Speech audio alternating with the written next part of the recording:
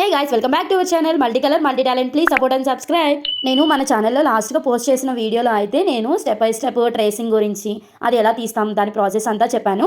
And దాంట్లో medium అనేది నేను చూపించలేదని చాలా వరకు కామెంట్ ఆర్ డైరెక్ట్గా మెసేజ్ చేసి మరీ అడుగుతున్నారు. సో ఈ వీడియోలో అయితే ముందుగా మీకు అదే చూపించేస్తున్నాను.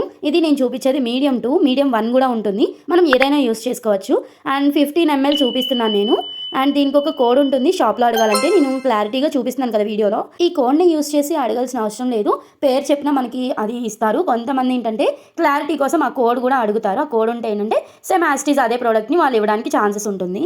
అండ్ నేను కొత్తగా లాంచ్ చేసిన డిజైన్స్ అంటే 2026లో నేను లాంచ్ చేసిన న్యూ డిజైన్స్ నేను ఆల్రెడీ షార్ట్ వీడియోస్లో అయితే పెట్టాను. మీరు చూసకపోతే ఒకసారి చూడండి. ఆ డిజైన్లో నేను యూస్ చేసిన కలర్స్ అయితే మీకు నేను చూపిస్తున్నాను. ఈ పెయింటింగ్స్లో కూడా అన్ని షేడ్స్ అయితే మనకి ఒరిజినల్గా అయితే దొరకవు.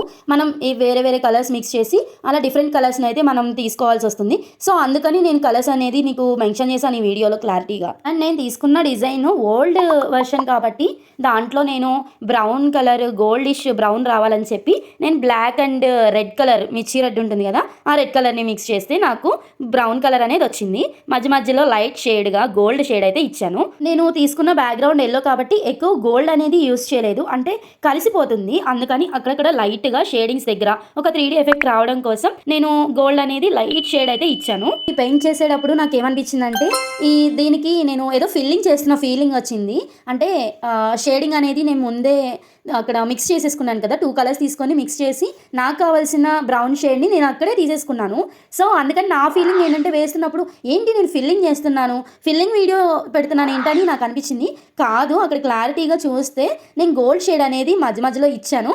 అది లుక్ వైజ్గా అయితే షేడింగ్ పెయింట్ లానే అనిపిస్తుంది. కాకపోతే వేసేటప్పుడు ఫీలింగ్ ఎలా ఉంటుందంటే మనం ఏదో షేడింగ్ ఇవ్వనట్టు, ఏదో చిన్నపిల్లలు డ్రాయింగ్లో ఫిల్ చేస్తున్నట్టుగా అలా అనిపించింది నాకైతే. ఈ పెయింటింగ్ అనేది మనం ఎలా వేసుకోవాలి అంటే ఏ పార్ట్కి ఆ పార్ట్, అంటే అక్కడ మనం ఎలా అయితే డ్రా చేసుకున్నామో యాజ్ ఇట్ ఈజ్ అదే షేప్లో బ్రష్ని మనం అలానే మూవ్ చేస్తే చాలా బాగా లుక్ వస్తుంది. అండ్ ఎలా పడితే అలాగా, ఎటు పడితే అటు, ఎలా పడితే అలా రుద్దేస్తే మాత్రం పెయింటింగ్ అనేది చాలా చండాలంగా వస్తుంది. మనం ఏదైతే ఇమాజినేషన్ చేసుకుంటామో యాజ్ ఇట్ ఈజ్ అక్కడ మనం అలానే పెయింట్ చేయాలి అనుకుంటే కనుక మనం ఫస్ట్ అయితే ప్రాక్టీస్ చేయాలి. లేదు వీడియోస్ చూసేసి నేను వేసేస్తాను అనుకునే వాళ్ళకే ఇదైతే చెప్తున్నాను. అలా కాదు, ఫస్ట్ అయితే ఒక 2-3 వీక్స్ మనం హ్యాండ్ని ఫ్రీగా హ్యాండిల్ చేయగలగాలి పెయింట్ని. అలా ప్రాక్టీస్ అయితే చేయాలి. ఒక పేపర్ కానీ లేదంటే ఒక బుక్ పెట్టుకొని, ఇప్పుడు మనం ఏదైనా నీట్గా రైటింగ్ రాయాలనుకోండి, ఏదైనా లెటర్ రాయాలి, మనకి చిన్నప్పుడు స్కూల్స్లో ఎలా చెప్తారు, అక్షరాలు దిద్దించడం, రౌండ్గా రాయాలి, నీట్గా రావాలి, ఫినిషింగ్ అని చెప్తారు కదా. సో పెయింటింగ్స్లో కూడా అలానే ఉంటుంది. మనం వేసే పెయింటింగ్ ఫినిష్ అయిన తర్వాత మన అవుట్పుట్ ఎంత క్లారిటీ, ఎంత నీట్గా అవుట్పుట్ ఎంత బాగుంటుందో అంత ప్రాక్టీస్ ఉన్నట్టు.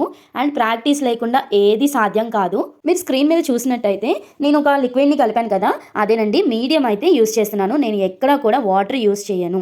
షేడింగ్ అయినా మిక్స్ చేయడానికైనా వాటర్ అనేది అస్సలు యూస్ చేయను. వాటర్ యూస్ చేస్తే ఫ్యూచర్లో పెయింట్ అనేది అస్సలు ఉండాలి అంటే మనం మీడియం అనేది కంపల్సరీ మస్ట్ అండ్ షుడ్గా యూస్ చేయాలి.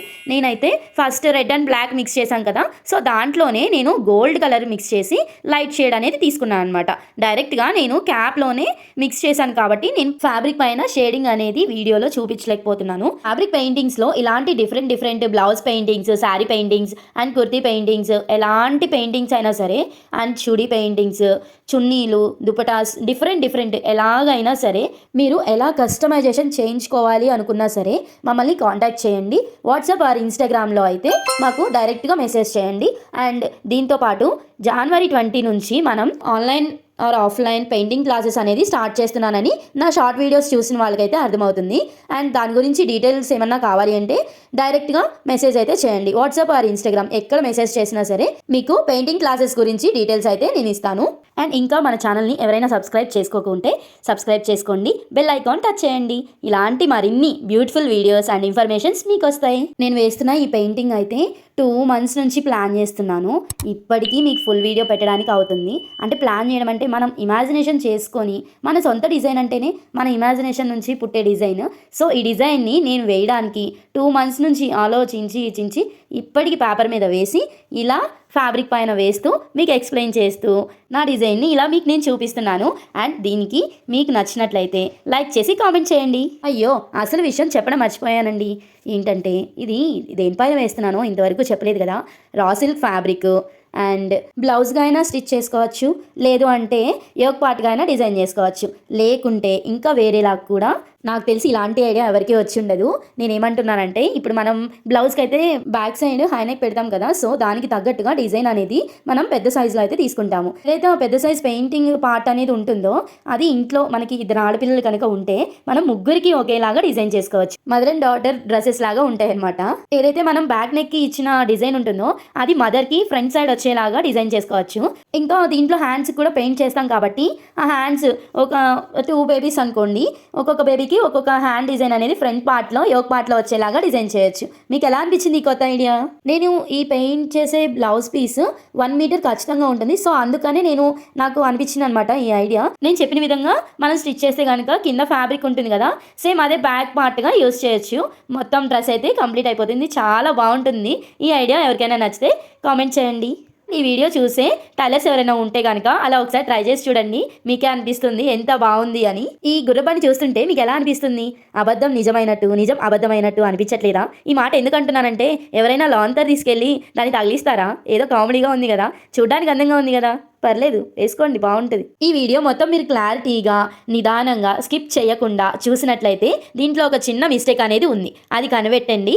అండ్ కనిపెట్టలేకపోతే నెక్స్ట్ వీడియోలో నేనే చెప్తాను అదేంటి అనేది. అండ్ మనం మిస్టేక్ చేసినప్పుడు దాన్ని ఒప్పుకోవాలి. అందుకే ఆ మిస్టేక్ ఏంటి అనేది నేను నెక్స్ట్ వీడియోలో అయితే మెన్షన్ చేస్తానని మీకు చెప్పాను.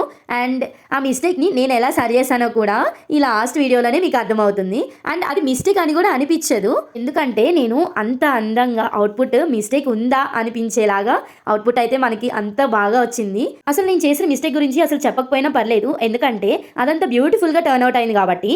ఎందుకు చెప్తున్నానంటే నేను ఎంత జెన్యూన్ అనేది మీకు తెలుస్తుందని చెప్పి నేను చెప్తున్నాను. ఆ మిస్టేక్ని కూడా ఎలా సరి చేసుకోవాలి ఏంటి అనేది కూడా మీకు తెలుస్తుందని చెప్పి ఈ పెయింటింగ్లో అయితే మీకు డీటెయిల్గా దాని గురించి ఎక్స్ప్లెయిన్ చేశాను. అంతేగాని మీరు మిస్టేక్ చేయండి సరి చేయకండి అని మాత్రం నేను చెప్పట్లేదు. సరి చేసుకుంటేనే మంచిది అండ్ దాని అవుట్పుట్ కూడా చాలా అందంగా ఉంటుంది.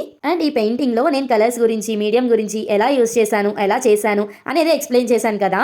నేనైతే దీంట్లో ఇంకా వేరేవి కూడా నేను ఇంక్లూడ్ చేశాను. అవి ఏంటి అంటే అక్కడక్కడ కుందన్స్ అనేది అంటించాను అనమాట, కొంచెం హైలైట్ చేయడానికి, చాలా బ్యూటిఫుల్గా టర్న్ అవుట్ అవ్వడానికి. ఎంత బాగుందో పెయింటింగ్ అనేది ఏ వస్తువుకైనా డీటెయిలింగ్ ఎక్కువ ఇస్తేనే చాలా అందంగా ఉంటుంది.